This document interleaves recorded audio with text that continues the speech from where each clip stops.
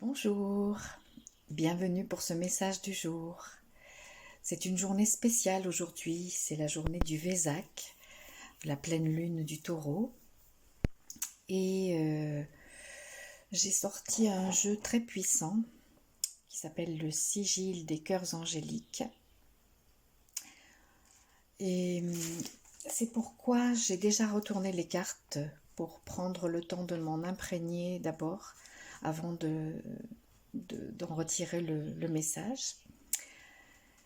Et voilà, vous savez que cette journée du Vésac est sous la vibration bouddhique, la vibration du Bouddha et la vibration christique. Ce sont ces deux énergies, bouddhiques et christiques, qui s'unissent dans ce jour, dans cette pleine lune du Taureau, pour nous amener la paix, la compassion, l'amour.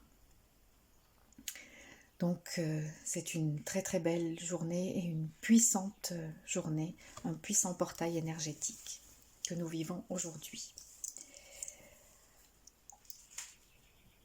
Alors, donc j'ai tiré 5 cartes.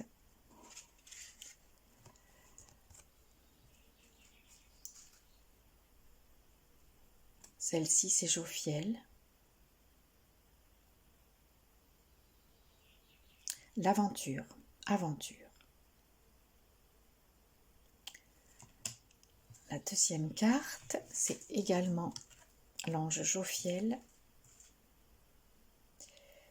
Et ça nous parle d'émerveillement.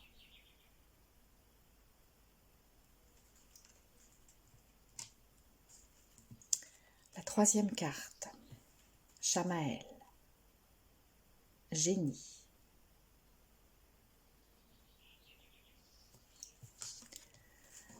La quatrième carte, Raphaël, harmonie.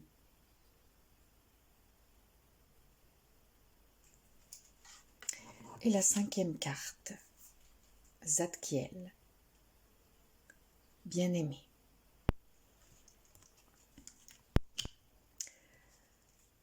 Alors les cartes des sigils, les sigils ce sont ces symboles que vous voyez sur chaque carte, ces symboles magiques que vous voyez sur chaque carte. Donc dans ce jeu, lorsqu'on tire une carte, il est bon de vraiment s'en imprégner, la regarder ce qu'elle représente, regarder donc le symbole magique et se laisser vraiment visiter, imprégner par cette carte. Donc Jophiel, il vient nous parler ici d'aventure. Et la représentation que vous voyez sur cette carte, c'est le Machu Picchu.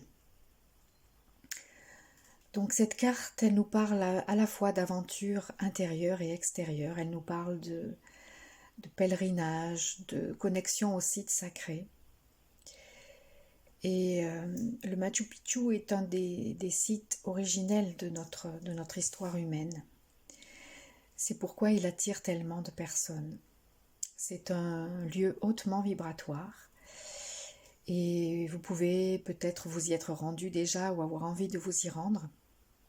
Mais d'ores et déjà, vous pouvez vous connecter par la pensée, par le cœur, à l'énergie du Machu Picchu. Et peut-être faire une méditation pour voir ce que ce site grandiose et sacré a à vous communiquer, à vous apprendre. Et cette carte signifie également que nous commençons une aventure nouvelle. Nous sommes dans des temps nouveaux. Dans tous les tirages qu'il y a eu ces derniers temps et dans les messages canalisés de ces derniers temps, il y a eu cette idée que nous sommes dans un changement, dans la fin de quelque chose, le commencement d'autre chose. Et c'est conscient et éveillé que nous devons commencer cette aventure. C'est une véritable aventure que nous vivons, d'abord parce que à cause de ce virus, de ce confinement, nous nous sommes retrouvés face à nous-mêmes dans des situations complètement nouvelles dans notre histoire. Et cette aventure va continuer parce que l'après-confinement, quelle qu'en soit l'origine, que ce soit d'origine malveillante ou bienveillante, peu importe. Ce qui importe, c'est ce que nous allons faire de ça, ce que nous allons faire de ce que nous vivons en ce moment. C'est une aventure et décidons de la vivre en pleine conscience. La deuxième carte, c'est encore Jophiel et elle nous parle d'émerveillement. Et si nous regardons un peu plus près, cette carte représente la scène de Léonard de Vinci. Et vous savez que Léonard de Vinci a représenté Marie-Madeleine aussi, à côté de Jésus. Donc cette carte nous invite à l'émerveillement de notre propre vie, à l'émerveillement de qui nous sommes et à l'émerveillement aussi de ce que nous vivons en ce moment. C'est un temps de profond rééquilibrage. Donc les rééquilibrages peuvent parfois passer par un déséquilibre et ce que nous vivons en ce moment est très perturbant. Ou très confrontant, ou vraiment nous invite à un questionnement et à une remise en question profonde.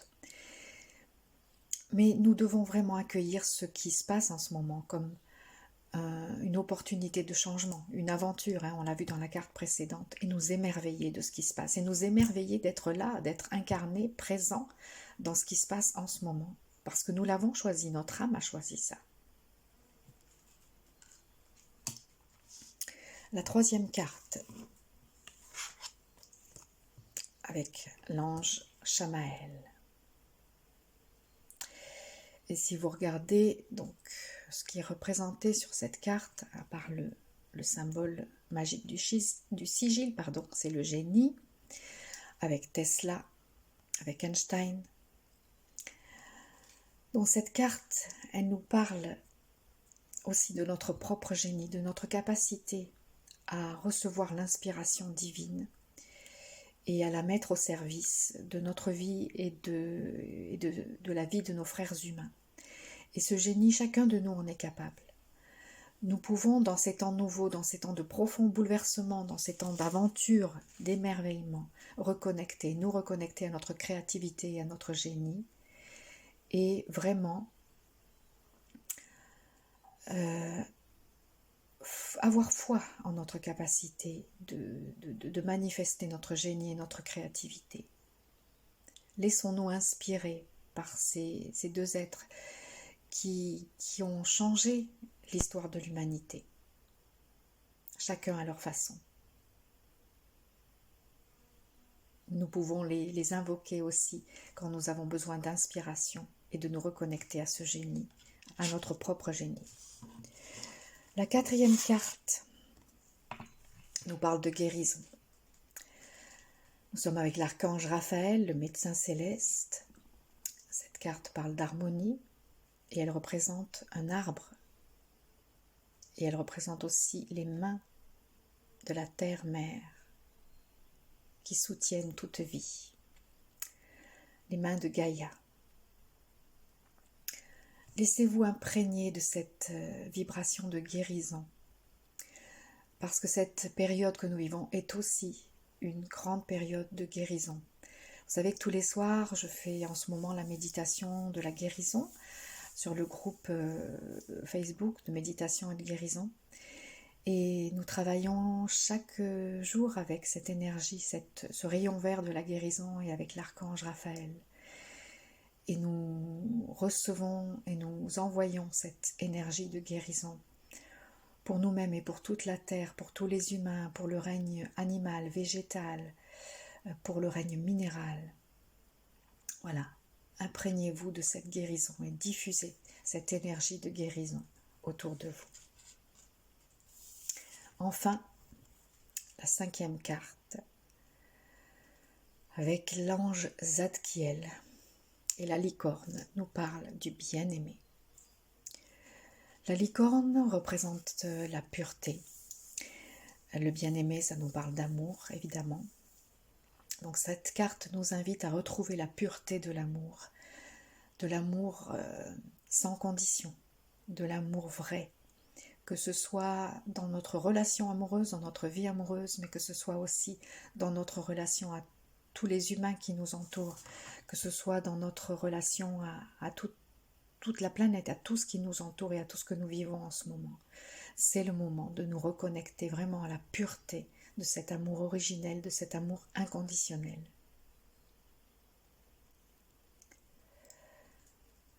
Voilà, imprégnez-vous aussi de la beauté de cette carte, de la beauté de ce symbole magique, de la présence de Zadkiel et de cette licorne.